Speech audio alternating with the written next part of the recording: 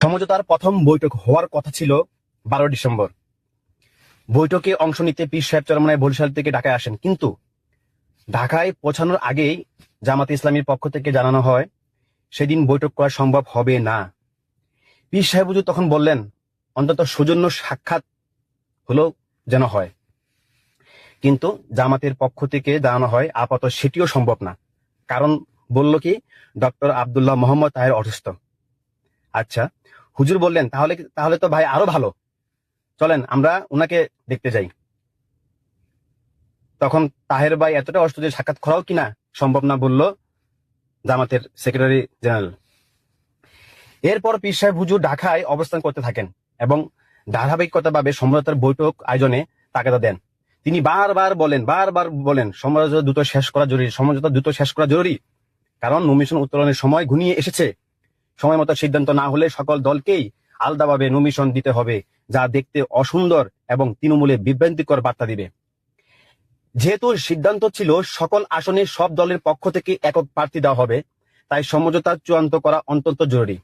তবুও সমঝোতার বৈঠক নিয়ে জামাতে ইসলামীর পক্ষ থেকে প্রত্যাশী আগ্রহ লক্ষ্য করা যায়নি।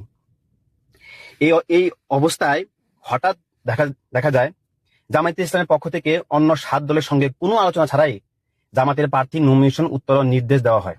বিষয়টি পীর সাহেব হুজুর জামাতের হাই কমান্ডকে অবহিত করে বলেন, এভাবে একতরফা সিদ্ধান্ত নেওয়া অসুন্দর হয়েছে। এতে ভুল বুঝাবুঝি তৈরি হবে এবং তৃণমূলে নেতিবাচক বার্তা যাবে। বরং সকল দল মিলে সিদ্ধান্ত অনুযায়ী একজনের পক্ষে নমিনেশন উত্তোলন করলে সমঝোতা আরো শক্তিশালী হবে। এখন এই পরিস্থিতিতে বাধ্য হয়ে পীর সাহেব হুজুর ইসলামী আন্দোলন বাংলাদেশ আইবি প্রার্থীদের নমিনেশন উত্তোলনের নির্দেশ দেন। যদিও তিনি নিজেও আলোচনার বাইরে এগিয়ে সবাই নমিনেশন দিক এমনটা চাননি। অবশেষে 19 ডিসেম্বর প্রথম সমঝোতার বৈঠক অনুষ্ঠিত হয়। বৈঠকটি অনুষ্ঠিত হয় জামাতে ইসলামের এক সিনিয়র নেতার বাসায়, যেখানে 1/3 আসন নিয়ে প্রাথমিক আলোচনা হয়, বাকি 2/3 আসন নিয়ে আলোচনা অসম্পূর্ণ থাকে।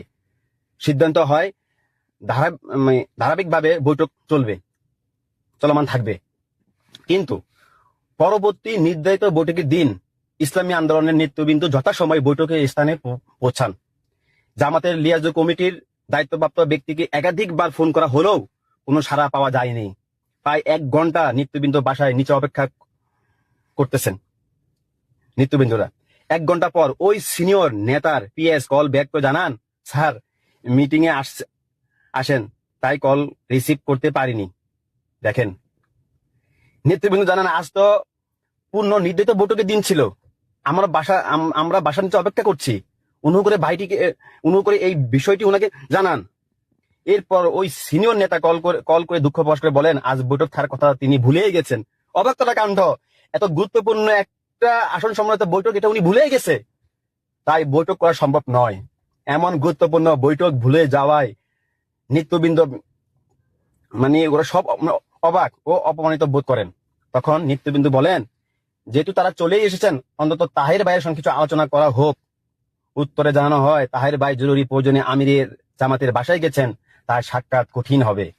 যদিও পরবর্তী জানা যায় ডক্টর আব্দুল্লাহ মোহাম্মদ তাহের ভাই আসলে নিজ বাসায় ছিলেন এবং এনসিবির সঙ্গে বৈঠক করছিলেন। এতে ধারণা করা হয় এনসিবির সঙ্গে বৈঠক করতে জামাতের ইসলামীর পক্ষ থেকে ইসলামী আন্দোলন বাংলাদেশের সঙ্গে সমঝোতার বৈঠক অপেক্ষিত হয়েছে এবং তাহের ভাইয়ের অবস্থান সম্পর্কে অসত্য তথ্য দেওয়া হয়েছে। এর মানে ওরা চাইছিল না যে এনসিবির সাথে কথাবার্তার সময় ইসলামী আন্দোলন সাথে থাকুক। যাক, 19 ডিসেম্বর পর আর কোনো বৈঠক অনুষ্ঠিত হয়নি। কখনো তাহের ভাইয়ের মেয়ের বিয়ে, কখনো আজাদ ভাইয়ের উমরা, এ ধরনের কারণ দেখিয়ে বৈঠক স্থগিত রাখা হয়। অথচ নমিনেশন সাবমিটের সময় দ্রুত এগিয়ে আসছিল। এই পরিস্থিতিতে পীর সাহেব হুজুর আবারও জামাতের হাই কমান্ডের উপর সমঝোতা সম্পন্ন করার জন্য চাপ দেন এবং নমিনেশন ডেডলাইনের গুরুত্ব তুলে ধরেন।